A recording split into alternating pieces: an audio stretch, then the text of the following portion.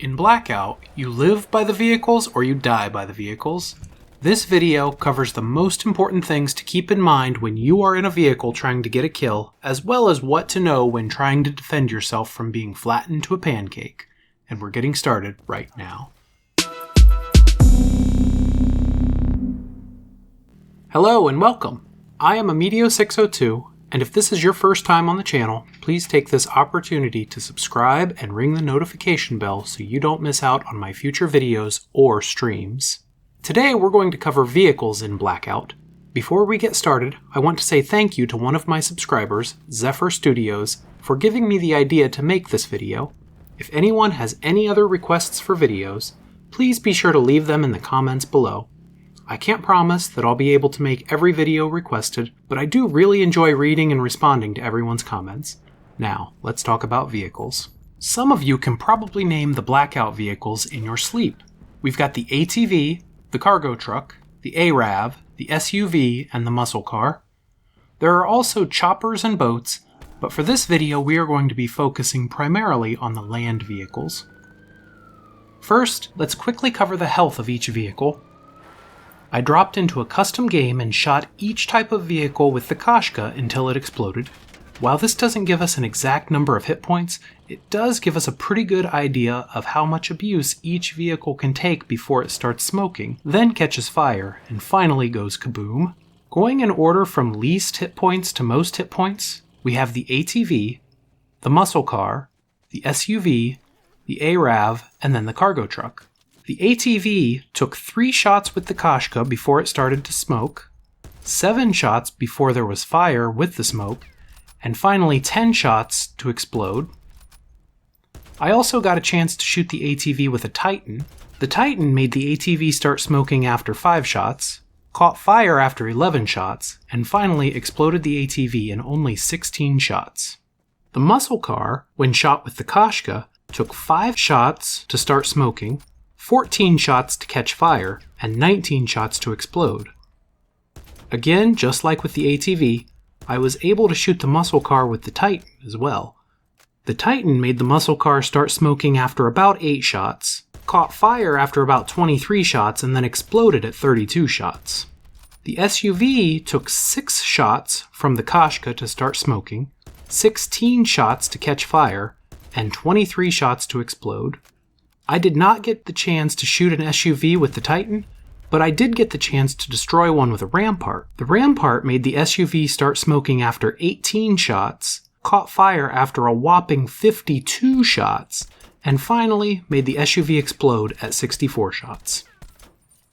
The ARAV, I was only able to find one ARAV, so for the Koshka, the ARAV started to smoke after 7 shots, caught fire after 19 shots, and exploded after 25 shots.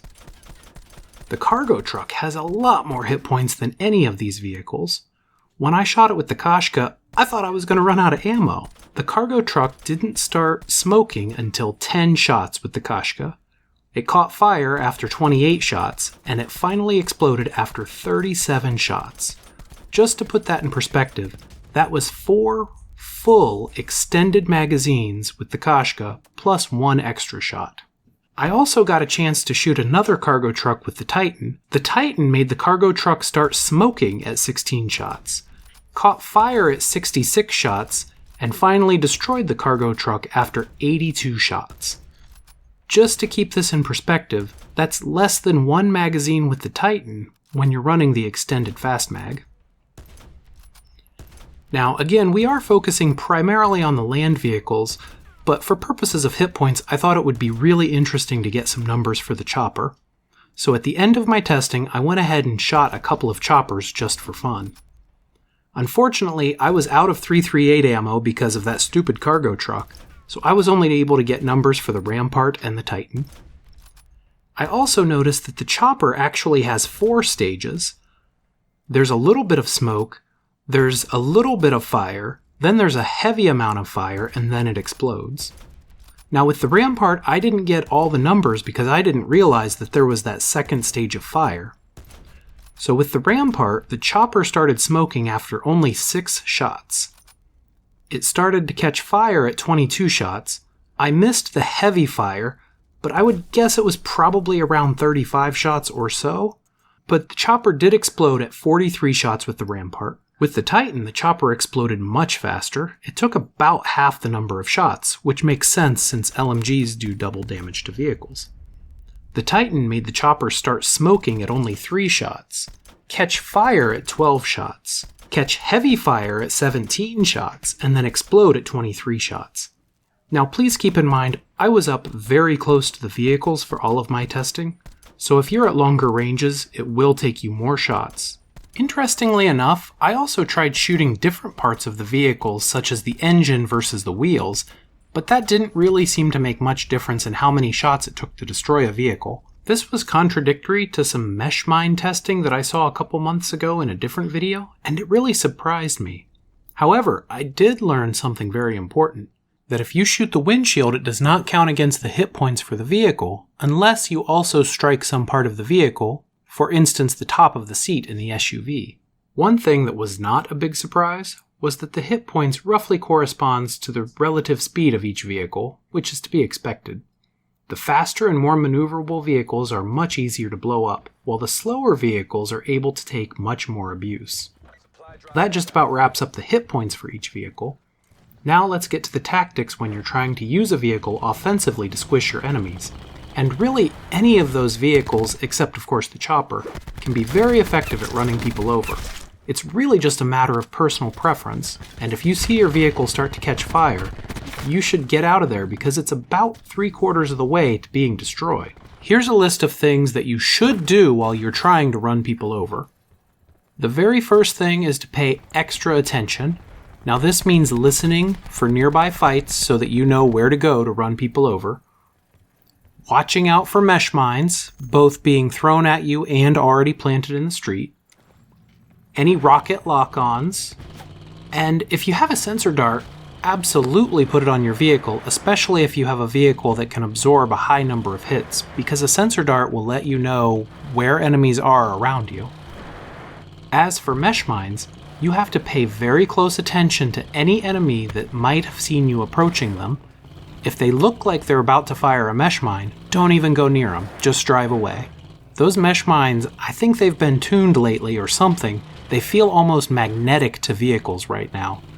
Either that or people have gotten really good at using them because it's very rare that anyone misses It's very rare that anyone misses a mesh mine. It's very rare that anyone misses a mesh mine anymore. Try saying that 3 times fast. You should also pay very close attention to enemies that see you approaching them. How do they move around? Are they jumping a lot and moving? Are they just standing still and trying to shoot you? Just watch what they do and try to do something smart in response to that. A lot of enemies will also try to jump over you, especially if you're in the muscle car. To avoid that, what you can do is you can alter your speed or your angle of attack just a little bit to throw off their timing. Another thing you should definitely do is to use downed enemies as bait. While it is very tempting to run them over and clean them up, which is something I am guilty of myself, if you use them as bait, you can get the player that's reviving them as well. When approaching an enemy to try to run him over, you really shouldn't drive head on into him. You need to swerve around and be as unpredictable as possible. This includes the tip from earlier, like varying your speed as well. Vary your speed, swerve, and just try to be generally unpredictable in the vehicle, just like you would in a normal gunfight. Another tactic that can help a lot if you're lagging in a particular game is to anticipate enemy movements and drive where you think they will be when you get there. Now, this doesn't just count for lag, but this also accounts just for normal enemy movement, especially if an enemy is using a perk like mobility or skulker. Try to anticipate where they will be when you get to them. Keep in mind though, if they look like they're throwing equipment or mesh mines at you, get out of there and find another victim. Sometimes, when your vehicle starts to catch fire, you need to get out quickly. The best time to do this is when you're behind an enemy, not when you're in front of them or right outside of a building. What you should do is you should equip whatever short-range weapon you have, whether that's a shotgun or an SMG, when you get into the vehicle so that you're able to exit the vehicle and have a close-range weapon handy, just in case. And finally, you should switch seats in whichever vehicle you're in and heal whenever you can. The best time to heal I've found is when you're jumping over a hill. When you're going down the hill on the other side, the vehicle maintains quite a bit of momentum, so you're still a moving target and not sitting dead still. Now, here's a list of things to avoid when you're in a vehicle trying to run someone over. Absolutely do not, under any circumstances, drive a heavily damaged, flaming vehicle. As we saw before, the flames on the vehicle mean that the vehicle is about 70 to 80% of the way to being destroyed. So if you drive a flaming vehicle into combat, everyone's going to see that. Oh, by the way, the fire makes you easier to see too, don't forget about that. And it makes you a bigger target, so just don't do it. You're definitely asking to get blown up. When you're trying to run someone over, don't make multiple consecutive passes back to back. There's a chance that that player has either laid down mesh mines to try to trap you, or is just waiting for the perfect opportunity to throw something at you. This is especially true in duos and quads. As I mentioned before, definitely do not drive straight at someone unless you're 100% sure that they don't know you're coming. Try to swerve around a little bit. It makes you a much harder target to hit, it makes you less predictable, and it makes you much harder to avoid. And whatever you do, don't get your vehicle stuck somewhere. I've had many times where I drive straight into a wall and then I have trouble getting back out. Just try to avoid buildings and fences altogether, unless of course they're the fences that you can destroy with the vehicle. And speaking of buildings, absolutely do not park right outside of a building or next to someone unless you absolutely have to. Parking right outside of a building? Listen, you were just in a really loud vehicle. I mean, that Mustang's got what, a V8 in it? Everyone and their brother hears you coming, and they've got nice cover inside of a building as well as the element of surprise. It's a recipe for disaster. After you've just run someone over, please don't stop to loot them after the kill. Like I said before, you are a huge target when you're in that vehicle. Everyone's going to know right where you are if you loot right outside your car. Of course, there are exceptions to this. If you have to loot because you need meds and you've been in the storm for too long, for instance, then do what you have to do, but just try to not make a habit of it. And the last thing is do not get off the vehicle to fight unless you have a good loadout equipped for that situation. For instance, if you're next to two people and you have a sniper rifle equipped, don't jump off of your ATV, just keep driving. Worst case scenario, you can always switch seats and switch weapons and then switch seats back and then run right up next to them, if you have to. Now that we've covered what to do and what to avoid when you're driving, how can you keep yourself safe from an approaching vehicle? The safest thing to do is to get inside or climb up on top of something where the vehicle just can't reach you. This does not eliminate the problem, but it does keep you alive, and it does so consistently. The player hitboxes when you're in a vehicle are a little bit unpredictable, a little bit hokey. Alright, they're completely broken. There, I said it. The hitboxes are just completely unpredictable in cars. Sometimes you get a hit when you really miss them. Sometimes you miss them when you hit them. I've seen people bounce off of the cars. It's absolutely insane. Sometimes people will jump and then just fly off your car. And it's best if you're on the receiving end to just avoid all of the drama completely. And like I said, get inside of a building or climb up on a rock and just start shooting at them to try to scare them away. If you can't jump on top of something and you can't get inside, just try to stand next to something that isn't destructible, like a tree or a building. It's really easy to just run around a tree, and it's really very hard to run over someone who's standing next to a tree. Don't bother with anything that can be run over, though, like a wooden fence or those metal fences with the blue tarps on them. Other than just trying to remove yourself from that situation, then you'll just have to fight. And here's a list of the top 5 things I like to use for dealing with the crazy drivers in Blackout. Number 5, Engineer. The Engineer perk is wonderful because it lets you see vehicles from very far away. And as soon as the vehicle becomes unoccupied, the vehicle outline with Engineer turns white instead of red, and it makes it really easy to see where they got out. Number 4, and this one is debatable and this one's interchangeable, but I still feel that it really is kind of the same thing, and that's to have a dedicated weapon to deal with the vehicles. Now that weapon could be an LMG like the Titan or the Hades, or it could just be the Helion Salvo rocket launcher. The rocket launcher is really good for dealing with choppers and ATVs. The LMG is all around pretty good for dealing with everything, as we saw in the hit point numbers before. Number 3 on the list is the barricade. If you're on flat ground and a car is driving straight at you, just put down a barricade, and there's a good chance that you'll microwave the driver. Number 2, and again, this is 2 different pieces of equipment, but they really perform the same function, is the cluster grenade or the acid bomb. Just stick it to any approaching vehicle, and a few seconds later you should have yourself a kill. But don't try to use the frag grenades. They're really too hard to time, unless you're desperate or just really good at them.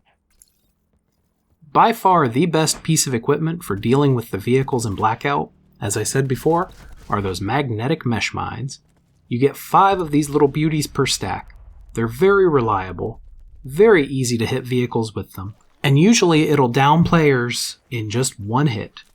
The mesh mine's also unique in that it shows you where it's going to hit, unlike any of the other throwables. What's not to love about using them to defend yourself? Oh, and one last thing about mesh mines, just to clear up any potential confusion. You can carry 5 mesh mines per stack in your inventory. When you pick them up though, you only pick up 4 at a time, so if you pick up 2 sets of mesh mines, you'll actually end up with a stack of 5 and a stack of 3. And after you've shot 4 mesh mines, the old mesh mines that you've shot will explode. Oh, and don't forget, the storm now causes equipment to explode too, so don't try to shoot your mesh mines or use any of this other equipment while you're in the collapse. There are a few other somewhat effective pieces of equipment that you can use that didn't make my top 5 list. Those are the EMP grenade, because the range is so short. The frag, because, like I said, it's just hard to time. The Molotov, because, well, the damage is awful. And the sentry gun, just because I've never actually used it before. But maybe the sentry gun is good for countering vehicles. If you've ever tried it, or if you know anything about it, please let me know in the comments below. Now, if you don't have any of the equipment listed above, or if you missed with all of your equipment, you do still have a couple of options. You can try and just shoot the driver, but that's pretty risky, so I wouldn't usually recommend it unless you have very good gun skill. What I would recommend is trying to make that broken hitbox just as unpredictable as possible by running out of the way of the car. If the driver is headed straight at you, just turn left or right and start sprinting and jumping. You can also try to jump right when the vehicle is about to hit you. If the enemy is in a muscle car or even an SUV, there's a very good chance that they'll miss you. Sometimes you'll even end up on the hood of the car. If this happens, take the opportunity to shoot the driver as quickly as possible before he can get out of the car and shoot you. Oh, and one other piece of equipment that's recently been changed is the grapple gun. You can actually now grapple onto the vehicles. This can be very useful for the cargo truck, the ARAV, and other slower vehicles. But some of the vehicles, like the sports car, can just simply outrun the grapple, leaving you hanging in the middle of the road. Another good strategy in quads is to just have everyone on your team shoot the vehicle. This is especially effective if someone in your group has an LMG because, as I mentioned before, they were buffed to actually do double damage to vehicles. A lot of times you can destroy the vehicles very quickly if you just focus fire on it. And even if you don't destroy the vehicle, there's a really good chance you'll be able to at least scare away the driver so he becomes someone else's problem. When I play Blackout, I usually play either duos or quads, and if you want to play a few games with me, go ahead and join the Amedeo602 PS4 Community. I invite this community into party chat when I'm streaming, so by joining this community, you'll have a head start on anyone else trying to join in on the stream. It would be a lot of fun to team up with a few of you guys and see who can rack up the most vehicle kills, especially in a limited time mode like Hot Pursuit that just came back this week. Or, if that's not really your thing, just go ahead and check out some of the other videos and playlists on my channel where I cover tips, tricks, and tactics for Call of Duty, as well as how to unlock lots of the characters in Blackout. Links to all of that and more are in the description down below. What other counters do you guys use against vehicles in Blackout? What other tips can you share with the rest of us for getting kills with the vehicles? Let everyone know in the comments below. As always, thank you very much for watching. GG, fellas.